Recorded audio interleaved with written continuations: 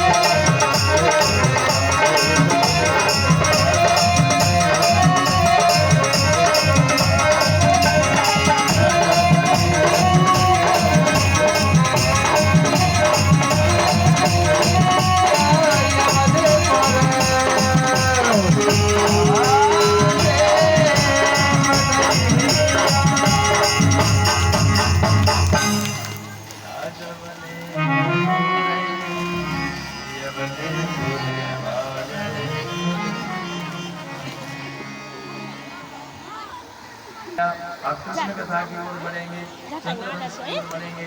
मेरे भाई बहन चंद्रवंश बहुत विशाल है, छोटा नहीं है, उसको गाने में बहुत समय की आवश्यकता। सबसे बड़े पुत्र थे जिनका नाम था सहस्त्राजित। सहस्त्राजित के यहाँ हुए महाराज सत्यजित। सत्यजित के 3 पुत्र हुए, महा है, विष्णु है और है। और है कि यहाँ हुए महाराज धर्म। धर्म के यहाँ महाराज नेत्र। नेत्र के यहाँ महाराज सोहज। कुंत के यहाँ महाराज सोहज। सोहज के यहाँ महाराज महेशमान। और महेशमान के यहाँ हुए महाराज भद्रसेन। भद्रसेन के यहाँ हुए 2 पुत्र, दुर्मद और धनद। और इनके यहाँ धनद के यहाँ हुए 4 पुत्र, कृतवीर्य, कृतांगनी, कृतवर्मा और कृतोजा। और इनके जो सबसे बड़े पुत्र थे जिनका नाम था कृतवीर्य, इनके यहाँ हुए महाराज सहस्त्रबाहु। सहस्त्रबाहु के यहाँ 5 पुत्र हुए मेरे भाई बहन, जयध्वज, सूरसेन, प्रसव, मधु और उर्जित। और इनके यहाँ जो दूसरे पुत्र थे जिनका नाम था सूरसेन। सूरसेन के यहाँ ही हुए मेरे भाई बहन महाराज वसुदेव। वसुदेव जिनका विवाह तय हुआ देवकी के साथ। देवकी कौन है? कंस की बहन है। कंस कौन है? मथुरा के राजा है उग्रसेन, उनका पुत्र है। और कंस की रियल बहन सगी बहन नहीं है, चचेरी कचेरी बहन है। लेकिन इतना प्रेम अपनी बहन से करते हैं कि सगी बहन से भी ज्यादा, खुद से भी ज्यादा प्रेम अपनी बहन से करते हैं। और जब इनने साहब अपनी बहन का और विदा की, विवाह किया तो इतना धन दिया था कंस ने कि कुबेर भी घबरा गए थे। 2 बार पूरी भागवत में कुबेर घबराए हैं। एक तो जब घबराए मेरे भाई बहन, जब बाबा कंस ने अपनी बहन देवकी को धन दिया दान में, और एक तब घबराए जब नंद बाबा ने कन्हैया के जन्म पे बताया। तो इतना विवाह दान किया। स्वयं मेरे भाई बहन रथ से विदा करने के लिए गए। जब विदा करने के लिए रथ से गए हैं तो वहां पे जैसे ही पहुंचे, रास्ते में आकाशवाणी हुई है और आकाशवाणी ने कह दिया, कंस जिस बहन को तू विदा करके ले जा रहा है, याद रखना इसका 8वां पुत्र तेरा काल होगा। और जो पता चला कि 8वां पुत्र काल होगा मेरे भाई बहन, जैसे ही इस बहन को विदा करने जा रहे थे, इसी बहन को मारने के लिए तैयार हो गए।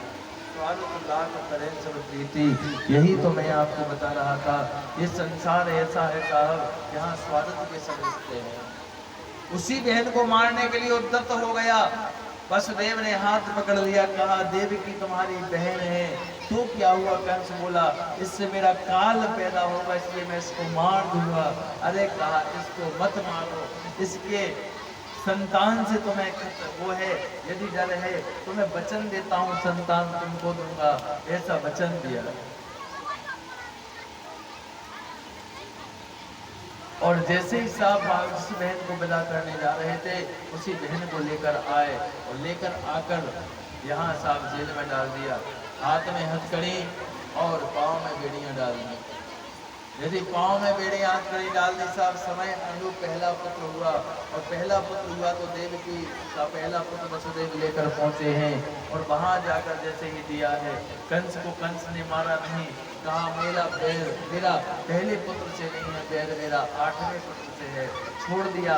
लेकिन बाद में और नारद मुनि पहुंच गए और जैसे ही नारद मुनि पहुंचे हैं एक अष्टकमल दिखा दिया और अष्टकमल में मेरे भाई पंखुड़ी गिना दी, यहाँ से गिना है 108, यहाँ से गिना है 1 ऐसे भ्रमित कर दिया। कहा वो बदमाश है, उल्टी गिनती भी पढ़ सकता है, 12 के 13 महीने बना सकता है, छोड़ो मत जाओ मारो, और पहले पुत्र को मार दिया। नारायण ऐसे एक एक करके 6 देवकी के पुत्र मार दिए। 7वें में स्वयं शेष जी आए हैं। सप्तमो में त्वं धामं यमनं संप्रत्यक्षते गर्भो भूरेता देह स्वयं आए हैं। और जैसे ही आए भगवान ने योग माया को बुलाया है और इनका संकर्षण करके इनको रोहिणी के दर में पहुंचा दिया। ये भी वसुदेव की पत्नी है। 8 पत्नियां थी वसुदेव की, कौरवी, रोहिणी, भद्रा, रोचना, मल्ला, देव की प्रमुख था इला। ये 8 पत्नियों में रोहिणी के गर्भ में कर दिया और रोहिणी के गर्भ में जैसे ही कर दिया। 7वां पता चला नष्ट हो गया और 8वीं संतान के रूप में स्वयं भगवान पधारे हैं। बोलिए नारायण भगवान की जय। और स्वयं भगवान आए हैं। साथ धीरे धीरे समय बढ़ता गया, गर्भ आगे बढ़ता गया और 9वां महीना आया, भादों का महीना आया, काली रात आई। कंस ने सिक्योरिटी बढ़ा दी, सैनिक डग पे लगा दिए साहब। 8वीं संतान होने वाली है, बादल गजगजा रहे हैं साहब, बिजली तड़क रही है, अष्टमी तिथि है, आधी रात है, 12 बज रहे हैं। अब भगवान कन्हैया का आने का समय होगा। अत गर्भ गुणों पेता काला परम शोभना, यह हरे बादल जल रक्षे सांतरक्षित रहे। सारे ग्रह अनुकूल हो गए, सुहावना समय था, रोहिणी नक्षत्र था, अष्टमी तिथि थी, कृष्ण पक्ष था, भादों का महीना था। तमाम बादल बिजली तड़क रहे थे, लेकिन राजा परीक्षित सुहावना लग रहा था। तो कभी कभी ऐसा नहीं होता कि भले ही रात हो चाहे कैसा वो अच्छा लगता, सुहावना लग रहा था। और भगवान के आने का समय तो हो गया मेरे भाई बहन। अब आप बताओ, कल मैंने आपसे कहा था कि कल भगवान कन्हैया का जन्मदिन है पता? बताओ क्या लेके आए हो, कैसे स्वागत करोगे कन्हैया का?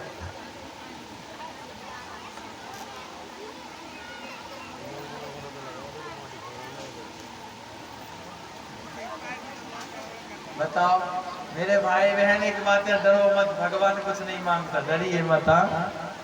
अभी मैंने कहा था कथा के पहले, सबको उठा के बच्चों को पीछे तो पहुंचाओ, 4 से बच्चों को पकड़ पकड़ के पहुंचा दिए, पहुंचा दो।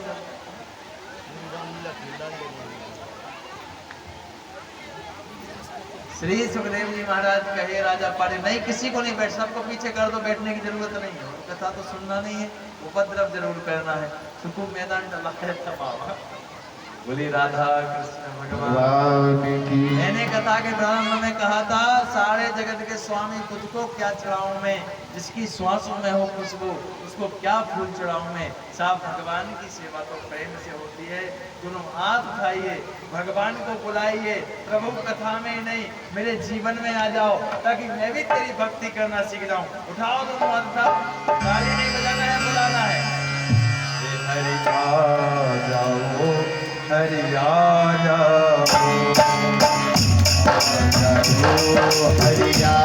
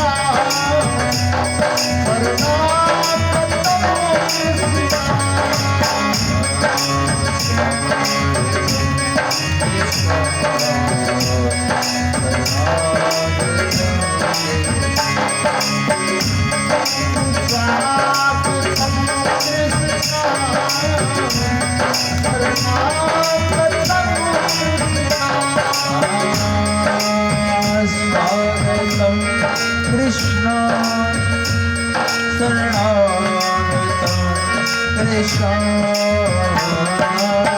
Swagatam Krishna Saranagata